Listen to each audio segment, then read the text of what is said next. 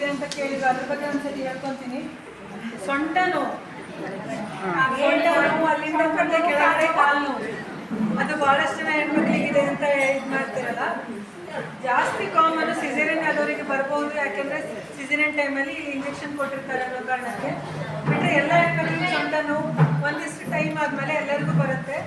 ಅದು ಟ್ರೀಟ್ಮೆಂಟ್ ಬೇಕಾಗತ್ತೆ. ಬಹಳ ನೋವು ತಡ್ಕೊಳಕ್ಕೆ ಆಗ್ತಾ ಇಲ್ಲ ಅಂತ ಇದ್ದಾಗ ಪೇನ್ ಕಿಲ್ಲರ್ಗಳಿಗೆ ಅಡ್ಡಿಲ್ಲ.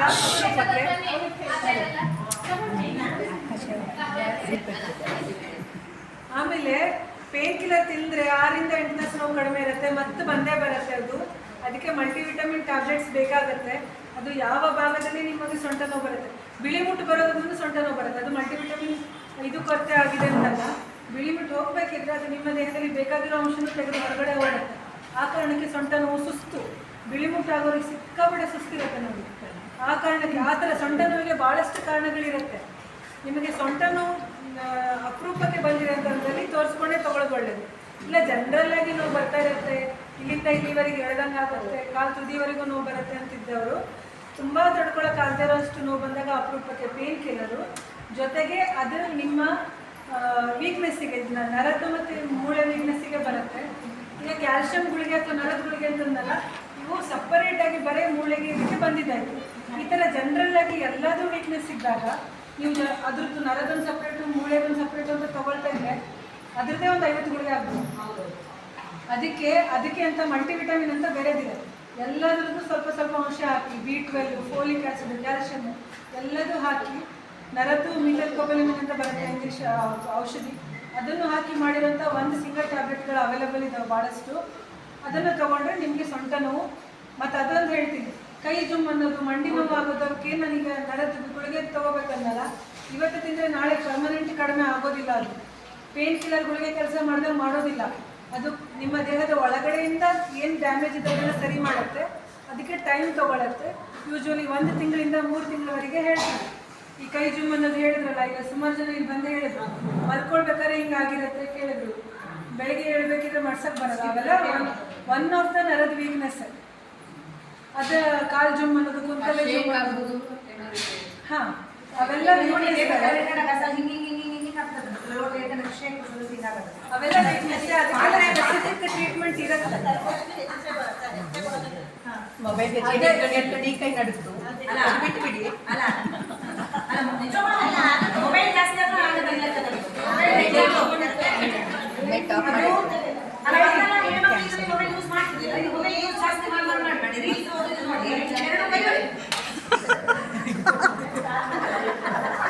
ಒಂದ್ಸತಿ ಕೇಳಿ, ಅದು ಎಲ್ಲದಕ್ಕೂ ಟ್ರೀಟ್ಮೆಂಟ್ ಇದೆ, ಸ್ಪೆಸಿಫಿಕ್ ಟ್ರೀಟ್ಮೆಂಟ್ ಇರುತ್ತೆ. ನಾನು ಇಲ್ಲಿ ಟ್ರೀಟ್ಮೆಂಟ್ ಹೇಳಕ್ಕೆ ಒಬ್ಬೊಬ್ಬರಿಗೆ ಒಂದೊಂದು ಚೆಕ್ ಮಾಡಿ ಗೊತ್ತಾಗುತ್ತೆ. ಸೊ ಆ ಕಾರಣಕ್ಕೆ ಅದಕ್ಕೆ ಟ್ರೀಟ್ಮೆಂಟ್ ಇದೆ. ಟ್ರೀಟ್ಮೆಂಟೇ ಇಲ್ಲ ಬಂದು ಅನುಭವಿಸೋದಂದ್ರೆ ಇಲ್ಲ. ಆ ಥರ ಸಮಸ್ಯೆ ಇದ್ದವರು, ನಾ ಹೇಳಿದ್ರೆ ಆ ಥರ ಭಾಳ ಆಗ್ತದೆ ಅಂದರೆ ಶುಗರು, ಹಿಮೋಗ್ಲೋಬಿನ್ ಚೆಕ್ ಮಾಡಿಸ್ಕೊಳ್ಳಿ ಅಂತೇಳಿ ಆ ಚೆಕ್ ಮಾಡೋ ವ್ಯವಸ್ಥೆಯಿಂದ ಹಿಡಿದು ಗೌರ್ಮೆಂಟ್ ಆಸ್ಪತ್ರೆಯಲ್ಲಿ ಇದೆ. ಶುಗರು ಮತ್ತು ಇದು ಮುಂಚೆ ಆದರೆ ಒಂದು 5-6 ತಿಂಗಳ ಹಿಂದೆ ಆದರೆ ವಾರದಲ್ಲಿ 2 ದಿವಸ ಅಷ್ಟೇ ರಕ್ತ ಪರೀಕ್ಷೆ ಮಾಡೋದನ್ನ ಕಳಿಸ್ತಿದ್ವಿ ಬೇರೆ ಕಡೆಯಿಂದ. ಇವಾಗ ಇಲ್ಲೇ ಪರ್ಮನೆಂಟ್ ಪೋಸ್ಟ್ ಇದೆ, ಇಲ್ಲೇ ಇರ್ತಾರೆ ವಾರದಲ್ಲಿ ಅಷ್ಟು ದಿನ. ಗೌರ್ಮೆಂಟ್ ರಜೆಯನ್ನು ಬಿಟ್ಟು ಭಾನುವಾರ ದಿವಸವನ್ನು ಬಿಟ್ಟು ಯಾವಾಗ ಬೇಕಾದಾಗ ಆಸ್ಪತ್ರೆ ಟೈಮಿಂಗಲ್ಲಿ ಬಂದು ಚೆಕ್ ಮಾಡಿಸ್ಕೊಂಡು ಹೋಗ್ಬೋದು, ತೊಂದರೆ ಇಲ್ಲ. ಅದಕ್ಕೆ ತಕ್ಕಂಗೆ ಟ್ರೀಟ್ಮೆಂಟು ನೋಡಿ ನಾವು ಕೊಡ್ತೀವಿ. ಅದೊಂದಾಯಿತು. ಮತ್ತು ನಾನು ನಿದ್ದೆ ಬರೋದಿಲ್ಲ ಅಂತ ಹೇಳಿದ್ರು ಆಮೇಲೆ. ಹಾಂ, ನಿದ್ದೆ ಬರೋದಿಲ್ಲ, ಅದು ಈಗ ಭಾಳ ಜನರಿಗೆ ಇರ್ಬೋದು ಅಂತೇಳಿ ನಾನು ಜನರಲಾಗಿ ಇಲ್ಲೇ ಹೇಳ್ತೀನಿ ಅಂತ ಅಂದರೆ, ಈಗ ಅದಕ್ಕೆ ನೀವಾಗೇ ಮಾಡ್ಕೊಳ್ಳೋದು ಏನು ಅಂತಂದರೆ ಆಹಾರ ಪದ್ಧತಿಲಿ ಬದಲಾವಣೆ ಆಗಬೇಕು. ಏನಂದರೆ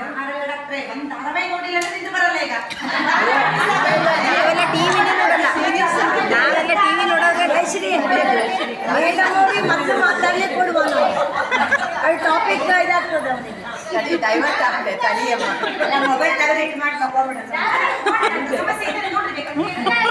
ಈಗ ಅದು ನೋಡ್ತಿದ್ದೆ ಪಾಪ ಎಂತ ನೋಡ್ತಿದ್ದೆ, ನಾವೆಲ್ಲ ಟಿವಿ ಕಾಮನ್ ಆಗಿ ಆಗ್ತದೆ.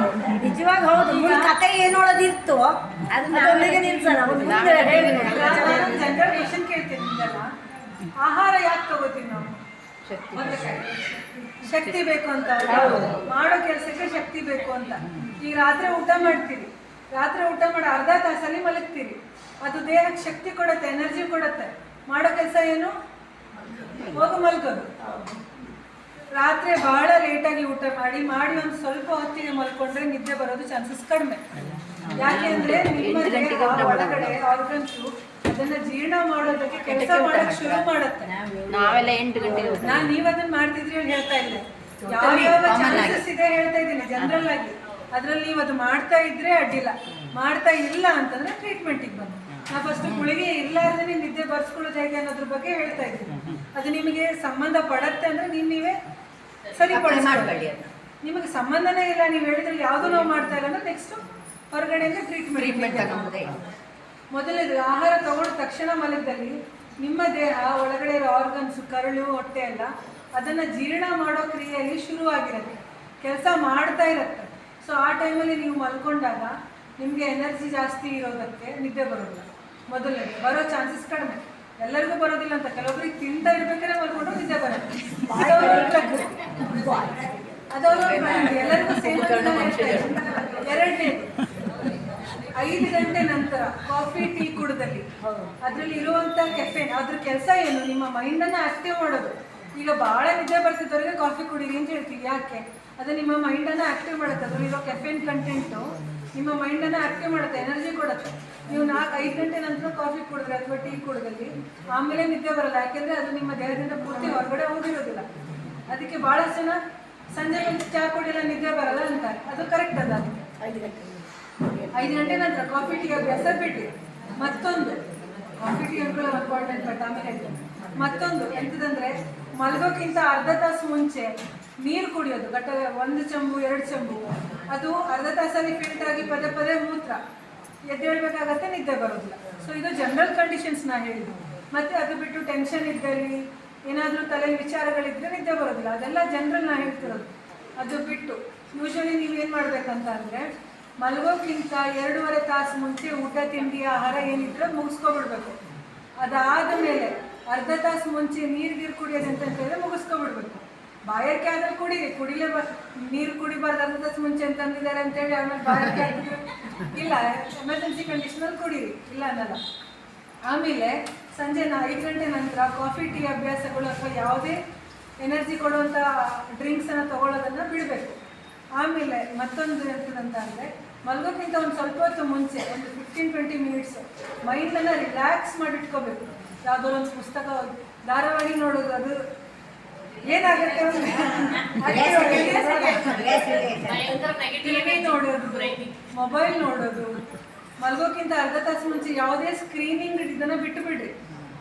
ಮೈಂಡನ್ನು ರಿಲ್ಯಾಕ್ಸ್ ಮಾಡಿ, ಅನುಕೂಲ ಆದರೆ ಯಾವುದೋ ಒಂದು ಪುಸ್ತಕ ಓದಿ, ಅರ್ಧ ತಾಸಲ್ಲಿ ಪಕ್ಕ ನಿದ್ದೆ ಬರುತ್ತೆ, ಆಯಿತಾ? ಆಮೇಲೆ ರಿಲ್ಯಾಕ್ಸ್ ಮಾಡಿಲ್ಲ ಮೆಡಿಟೇಷನ್ ಮಾಡಿ, ಆಮೇಲೆ ನಿದ್ದೆ ಮಾಡಿ. ಇದು ಜನರಲಿ ನಿಮ್ಗೆ ಯಾವುದೇ ರೀತಿ ಹೆಲ್ತ್ ಕಂಡೀಷನ್ಸ್ ಏನೂ ಸಮಸ್ಯೆ ಇಲ್ಲ ಅಂದಲ್ಲಿ ಇಷ್ಟು ಚೇಂಜಸ್ ಮಾಡ್ಕೊಳ್ಳೋದ್ರಿಂದ ನಿದ್ದೆ ಬರಬೇಕು. ಇಲ್ಲ ಅಂದರೆ ಆದರೂ ನಿದ್ದೆ ಬರ್ತಾ ಇಲ್ಲ ಅಂತಂದರೆ ನಾನು ನೆಕ್ಸ್ಟ್ ಸಜೆಸ್ಟ್ ಮಾಡೋದು ಆಯುರ್ವೇದಿಕ್ ಟ್ಯಾಬ್ಲೆಟ್ ಬರುತ್ತೆ.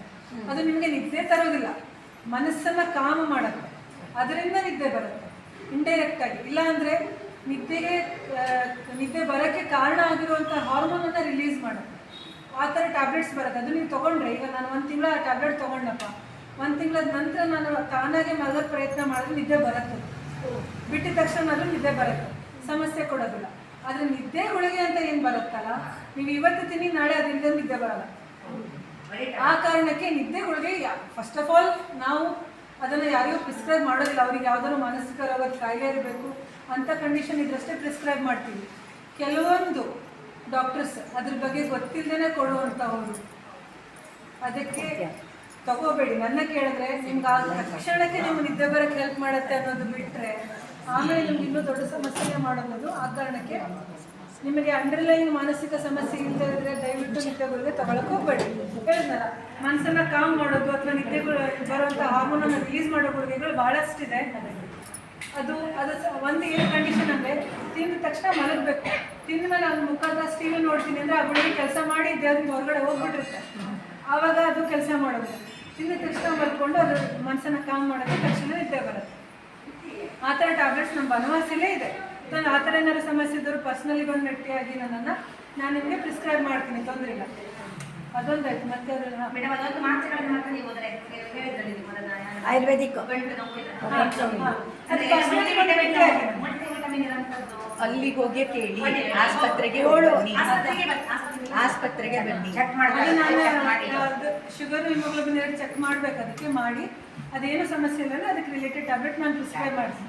ಎಲ್ಲರೂ ರಶೀದ್ ತೊಳರೆ ಕ್ಲಿನಿಕ್ಕಿಗೆ ಬನ್ನಿ 7:30 ನಂತರ. ಇಲ್ಲಿ ಸಜೆಸ್ಟ್ ಮಾಡಿರೋಂಥ ಎಲ್ಲ ತೊಂದರೆಗಳಿಗೂ ಟ್ರೀಟ್ಮೆಂಟ್ ಇದೆ, ಯಾವುದಕ್ಕೂ ಟ್ರೀಟ್ಮೆಂಟ್ ಇಲ್ಲ ಅಂತಿಲ್ಲ. ನಿಮ್ಮಲ್ಲಿ ಯಾವ್ದಾದ್ರು ಇದ್ದು ನಿಮ್ಗೆ ಇಲ್ಲಿ ಹೇಳ್ಕೊಳ್ಳೋಕ್ಕೆ ಸಮಸ್ಯೆ ಆದಲ್ಲಿ ನೀವು ಯಾವಾಗಾದ್ರೂ ನನ್ಗೆ ಹಿಂಗೆ ನಡ್ಕೊಂಡು ಹೋಗ್ತಿದ್ದು ಕಾಣಿಸ್ಕೊಂಡು ನಿಂತ್ಕೊರಿ 1 ನಿಮಿಷ ಅಂತ ಹೇಳಿ ಕೇಳಿದ್ರು ನಂಗೆ ಸಮಸ್ಯೆ ಇಲ್ಲ, ಕೇಳಿ. ಆದರೆ ಚೆಕ್ ಮಾಡೋಕ್ಕಾಗಲ್ಲ, ನಿಂತ್ಕೊರಿ 1 ನಿಮಿಷ ಅಂತ ಹೇಳಿದ್ರೆ ನಾನು ಚೆಕ್ ಮಾಡೋಕ್ಕಾಗಲ್ಲ. ಯಾಕೆ ದಯವಿಟ್ಟು ಆಸ್ಪತ್ರೆಗೆ ಬನ್ನಿ. ಹೌದು, ಯಾಕೆಂದ್ರೆ ಅವರು ಪಾಪ ಬ್ಯುಸಿ ಆಗಿರ್ತಾರೆ ಮೇಡಮ್. ಡೌಟ್ ಕೇಳಕ್ಕೆ ನಾ ಹೇಳದ್ನಲ್ಲ, ನೀವು ಯಾವ ಟೈಮಲ್ಲಿ ಎಲ್ಲಿ ನಾನು ದಾರಿ ಮೇಲೆ ಹೋಗ್ತಿದ್ದ ಗಾಡಿ ಗಡ್ಡ ಬಂದು ನಿಂತ್ಕೊಂಡು ಕೇಳಿದ್ರು ನನಗೆ ತೊಂದರೆ ಇಲ್ಲ. ಚೆಕ್ ಮಾಡೋಕ್ಕಾಗಲ್ಲ, ಹಿಡ್ಕೊಂಡು ತಿರ್ಗಲ್ಲ ಎಲ್ಲ ವಸ್ತುನು, ಹಾಗೆ ಹೇಳ್ಬೋದು. ಬಿಟ್ಟರೆ ನಿಮ್ಮ ಡೌಟ್ ಇದ್ದಲ್ಲಿ ಯಾವಾಗ ಯಾವ ಟೈಮಲ್ಲಿ ಕೇಳಿದ್ರು ತೊಂದರೆ ಇಲ್ಲ. ಇಲ್ಲ ಇವ್ರು ಕೇಳಿ ಇವ್ರು ನನಗೆ ಕೇಳಿದ್ರು ನಾನು ನಿಮ್ಗೆ ಕಾಂಟ್ಯಾಕ್ಟ್ ಮಾಡ್ತೀನಿ, ಹೆಂಗಿದ್ರು ಅಡ್ಡಿಲ್ಲ. ನಂದು ಒಂದು ನಂಬರ್ ಕೊಡ್ತೀನಿ, ಈಗ ಕ್ಲೋಸ್ ಮಾಡಬೇಕಿದ್ರೆ ನೀವು ಕಾಲ್ ಮಾಡಿದ್ರು ಇಲ್ಲೇ ಇರುತ್ತೆ ಕೈಯಲ್ಲಿ, ನೀವು ಕಾಂಟ್ಯಾಕ್ಟ್ ಮಾಡಿಕೊಂಡು ನಾನು ಅದು ಕಾಲ್ ಮಾಡ್ಬೋದು. ಅಕಸ್ಮಾತ್ ನಾನು ಯಾವುದೋ ಒಂದು ಎಮರ್ಜೆನ್ಸಿ ಕೇಸ್ ನೋಡ್ತಾ ಇಲ್ಲ ಅಂತ ಇದ್ದಲ್ಲಿ ಯಾವ ಟೈಮಲ್ಲಿ